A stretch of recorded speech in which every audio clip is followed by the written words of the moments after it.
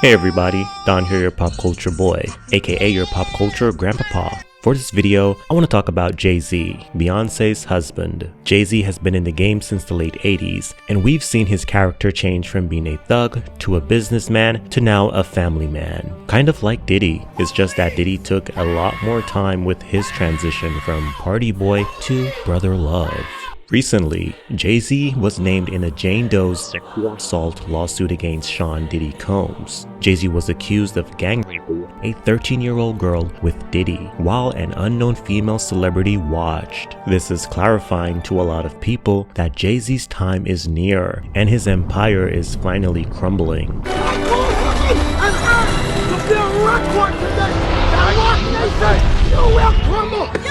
Now, when this news broke a few days ago, my train of thought was, sorry Jay-Z, your past is catching up with you. In the words of Beyoncé, the past and future merge to meet us here. Now, I'm gonna come clean, I thought he was untouchable, but with this new development, Jay-Z, you've been touched. Homeboy now has 100 problems, or so it seems, because of his shady/disturbing past deeds, arrangements, or associations that took place in his prime that were damaging from the start. Reputational damage has manifested in the long run. Example, working with Dirty Diddy and R. Pissy Kelly in the manner he did. Unfortunately, these accusations will affect his entire family, especially his children and marriage to Beyoncé. By no means am I saying he is guilty, as I'm a believer in innocence until proven otherwise. His associations and questionable deeds have made him an easy target. Assuming he's innocent, assuming he's not currently cooked. So for this video, let's talk about Jay-Z, his disturbing past, i.e. why some people find it easy to believe the allegations against him, along with the lawsuit against him as well. Beyoncé's alleged weird power play in the light of Jay-Z's allegations. And I'll also give my take on this crazy situation.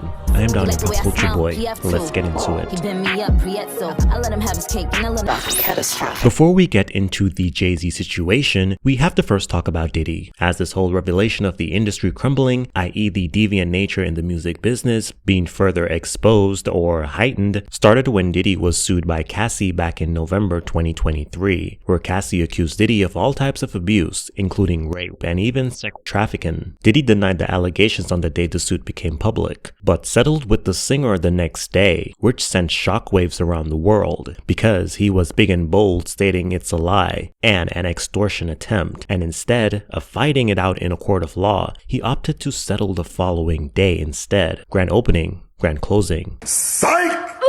Currently, Diddy is being detained at the Metropolitan Detention Center in Brooklyn for trafficking, and racketeering charges. Charges he pleaded not guilty to. His trial is set for next year on May 5th. The diddler has been denied bail 3 times. In the court of public opinion, Jay-Z's affiliation to Diddy has raised eyebrows. Lots of people are saying they were friends for years, so either Jay was aware of what was taking place in Diddy's circle, or others are saying that Jay-Z was a part of the circle and partook in criminal activities. Birds of a feather flock together. Jay-Z and Diddy have had a long history that spans back to the 90s. Both Jay-Z and Diddy are longtime collaborators.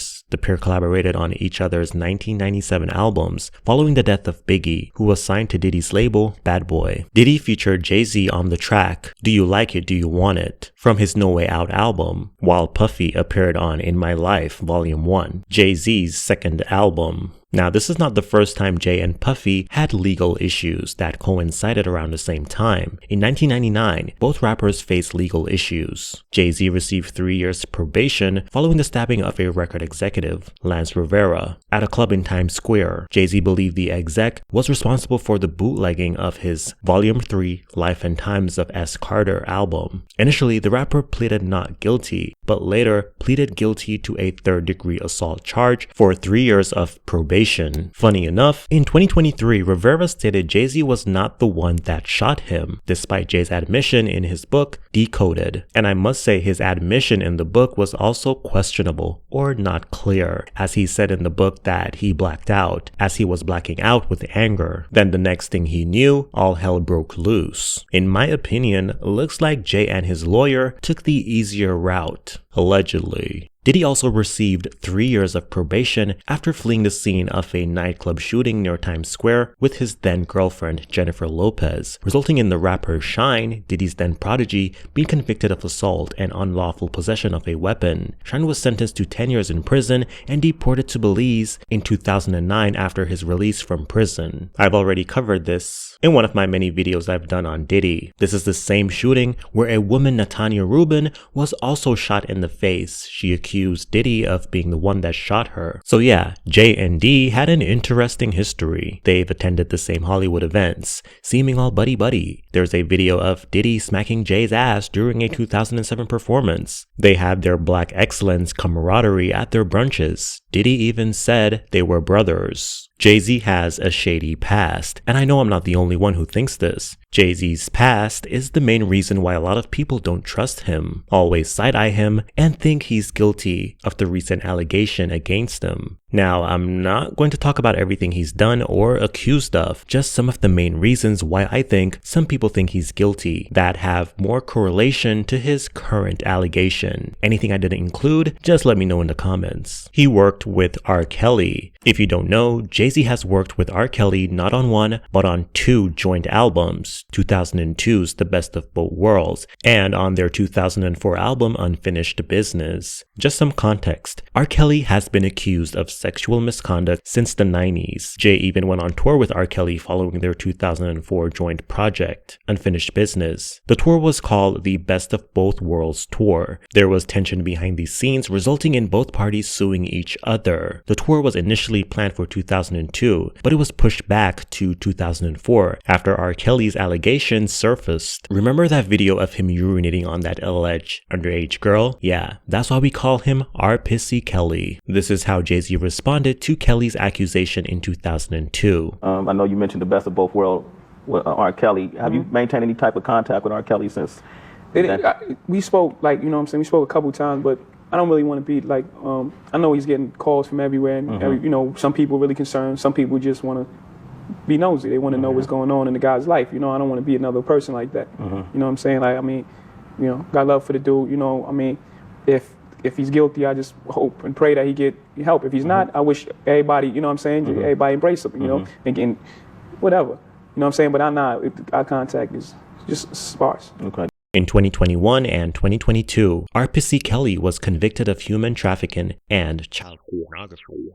Guilty! That nigga is guilty! Another thing that makes people side-eye Jay is his alleged inappropriate relationship with Foxy Brown. In 1996, Foxy was featured on the track Ain't No Nigga, and if you have a problem with me saying the N-word, just check my Instagram, unless you're Oprah. Released on March 19, 1996. The track was huge back in the day, and it helped to put Foxy Brown on the map. The big issue was the sexual lyrics that included Foxy Brown when she was 17 and Jay-Z was 27. Also, the song was recorded in 1995, so you know what that means. She was actually 16 when it was recorded. Now, people have been speculating for years the two had an inappropriate sexual relationship when she was a minor, which has been denied by both Foxy and Jay-Z, like they would admit to that. However, seeing that they said it never happened, I think it's best if the public just let it go. What's the point since both parties denied it happening? And also, you weren't there, so it's not fair to keep saying it happened when both parties denied it and you have no proof. What's the point? Okay, I never stubbed my cock in Foxy's butt, but damn if I ain't open Pandora's box to try slander your man on CNN and Fox, said Jay-Z on his 2013 track Picasso Baby. In response to Jay addressing the rumor, Foxy said this. Was I shocked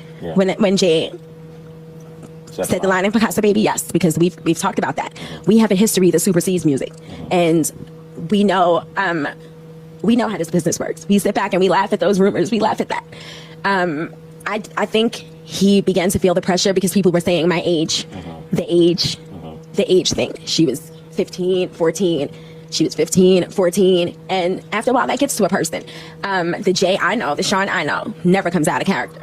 So people also believe Jay-Z got with Beyoncé when she was a teenager. 18 to 19. Some people even say they got together before that and that he groomed Beyoncé. Now again, these are just allegations, but personally, 18 to 19 is very young. But I have to keep it real. At that age, you are an adult and there's nothing you can do or, we can do at that point. I see people debating that 18 and 19-year-olds should also be, only fucking other 18-year-olds and 19-year-olds. But let's be real. That's not happening in the real world. And no one cares if you are 18, fucking 40-year-old because you are an adult. Only on social media we have these debates and back and forth. You can join the army and die for your country at 18. You can move out of your parents and they can't do shit. At 18, you start paying taxes, and at 18, you can go to prison. Personally, as an 80-year-old senior citizen, I'm not interested, but at the same time, I'm not gonna go into combat mode like I see some people on the internet. In reality, I'm like, oh, you're 18, get the fuck out of my face and go contribute to society. Back in October, Tony Busby, a lawyer based in Houston, Texas, had this huge press conference announcing 120 new sexual allegations against only Diddy at the time. Busby made it clear that other celebrities are involved that will be named later down the line. Now I know this. Many of you came here thinking or hoping or perhaps believing that I may start naming names. Well, that day will come, but it won't be today. The day will come when we will name names other than Sean Combs, and there's a lot of names. It's a long list already. And of course, I already know who some of these individuals are, but because of the nature of this case, we're gonna make damn sure that we're right before we do that. Busby also urged the alleged co-defendants to come forward before he named them. Hey, I will give it to Busby. He is funny, and he likes the theatrics.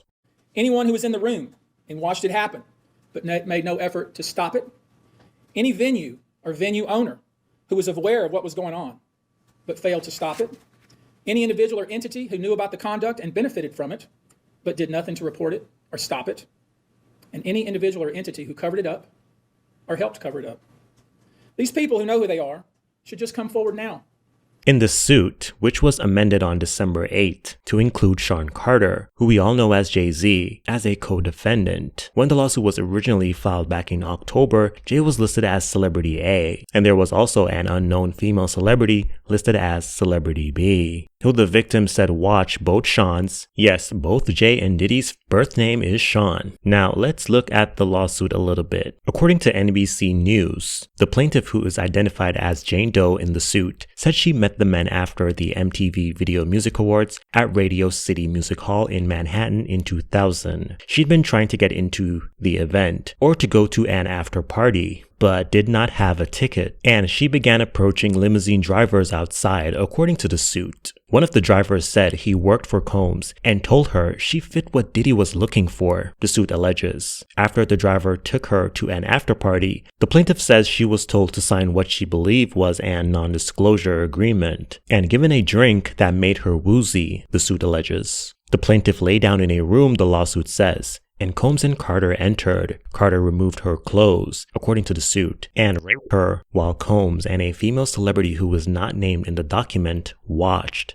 Now, after Jigga Man was named in the suit, he got mad and hit back at the allegations in a letter on social media. My lawyer received a blackmail attempt called a demand letter from a lawyer named Tony Busby. What he had calculated was the nature of these allegations and the public scrutiny would make me want to settle. No sir, it had the opposite effect. It made me want to expose you for the fraud you are in a very public fashion. So no, I will not give you one red penny, said Jay-Z in the letter. In the letter, Jay-Z continued, "These allegations are heinous in nature, that I implore you to file a criminal complaint, not a civil one. Whomever would commit such crime against a minor should be locked away. Would you not agree? These alleged victims would deserve real justice if that were the case." This lawyer, who I have done a bit of research on, seems to have a pattern of these type of theatrics. I have no idea how you have come to be such a deplorable human, Mr. Busby, but I promise you, I have seen your kind many times over. I'm more than prepared to deal with your type.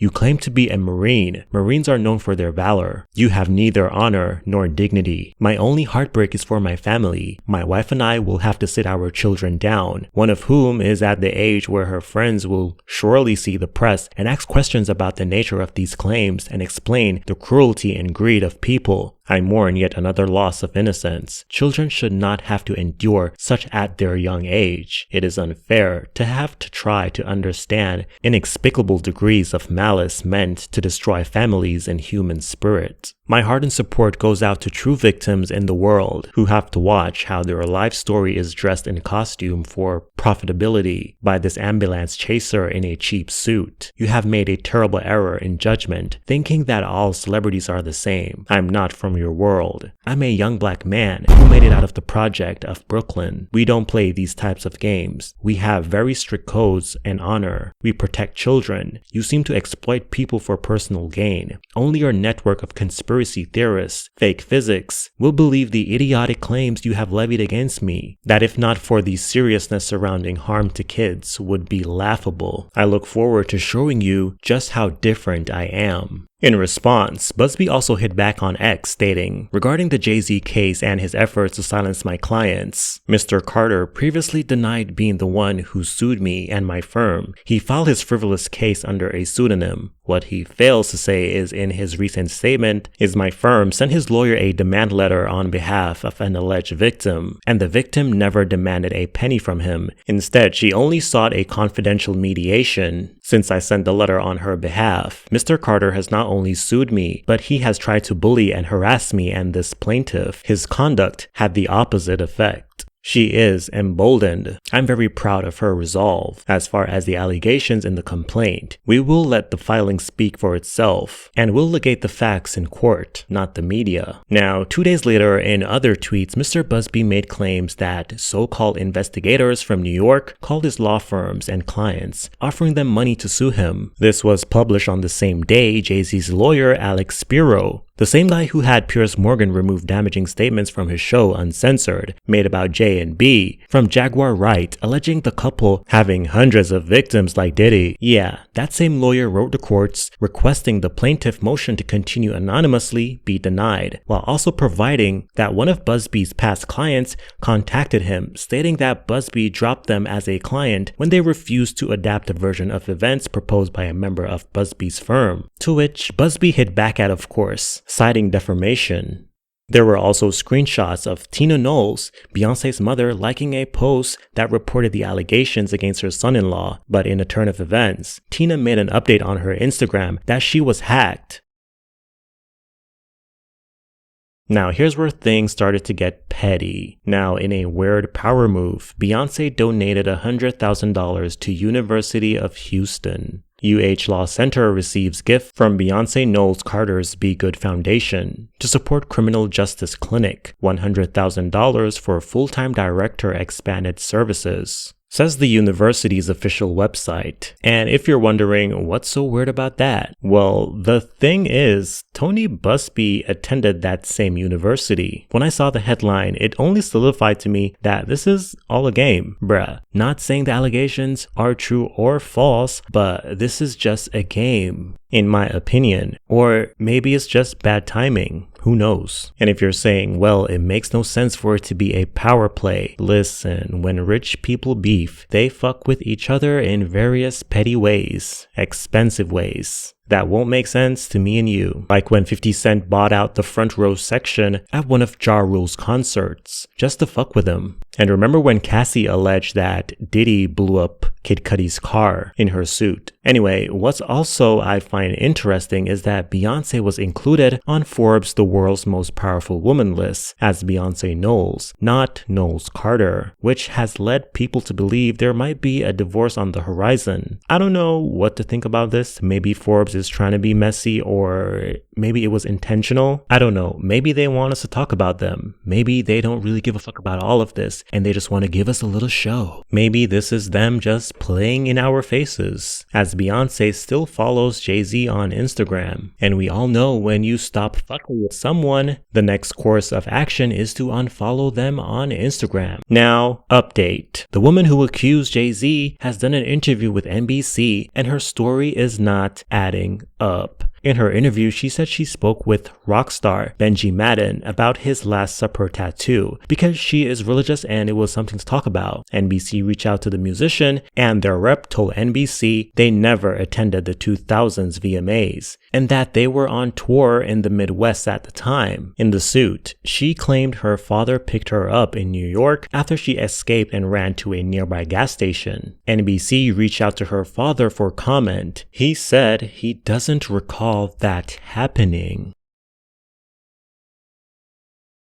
Now, my take on this situation is that this is crazy. This is a very conflicting situation. And it all brings me back to Jaguar Wright, who keeps saying she has receipts and still to this day can't show us. Even the lawyer Buzz B, he had this big conference to say, oh, we have so many names and come forward before you're named. And now he's amending and adding names for theatrics, keeping us on our toes. I'm over this edging thing that people love doing on social media when they claim they have receipts. Like that actor who's been in Tyler Perry's productions, Christian Keys, who said he had receipts on a prominent male figure in Hollywood that ex-assaulted him and that he was going to let the world know who it was. But we haven't seen him since. It's been more than a year now. And when these things happen, it makes you wonder if these people were even victims. And it only makes it harder for actual victims to come forward. Also, when it comes to Busby, it's not looking good because his client now seems not credible. And he as well. Like, this is a high profile accusation and they shit the bed. It appears he wanted her to say these things. Why are there so many holes in her story? And now he's suggesting she take a polygraph, which is not reliable in a court of law. When it comes to Jay-Z in terms of his reaction, he was very swift because he knew it was coming since October. I'm seeing some people having an issue with his swiftness and anger / confidence in his letter. And I get that because it came off as untouchable and arrogant. But hey, he's the one that's being accused, not me, not you. And I think we should stop telling people how to react regarding harmful allegations like this. But because of Busby's negligence, this might get dismissed as Jay-Z's lawyer had already presented this new development to the courts and requested a dismissal. And apparently Jay and Diddy went to different after parties. And I'm gonna keep it real, I never associated rape with Jay-Z. Not saying it's impossible because I don't know him, I don't know none of these people, but grape? That just never crossed my mind. However, if he did, he should definitely be imprisoned like he suggested in his letter. Remember the video vixen Corinne Steffen, aka Superhead? She said in one of her books, I believe, that she went down on Jay-Z and he made her put a condom on. So, I don't know. I feel he would be smarter than that to do something like this. Maybe I think he's too smart. Maybe I'm putting too much confidence in him, but I don't know. I just find it a little bit weird. It just doesn't fit his character or what he portrays himself to be in the public. I can only go off what I know about him, not what I think I know about him. For the most part, I'm not the one to run with allegations, as character assassination is real, especially if I don't know you personally. But if that's you,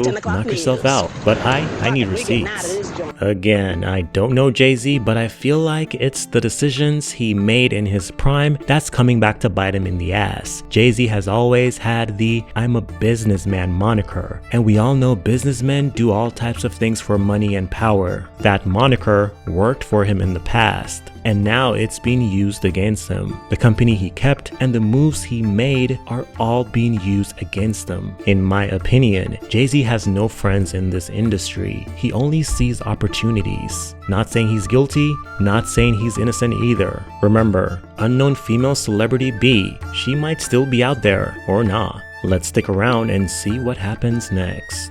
What do you think? I'm Don, your pop culture boy, and I will see you in the next one.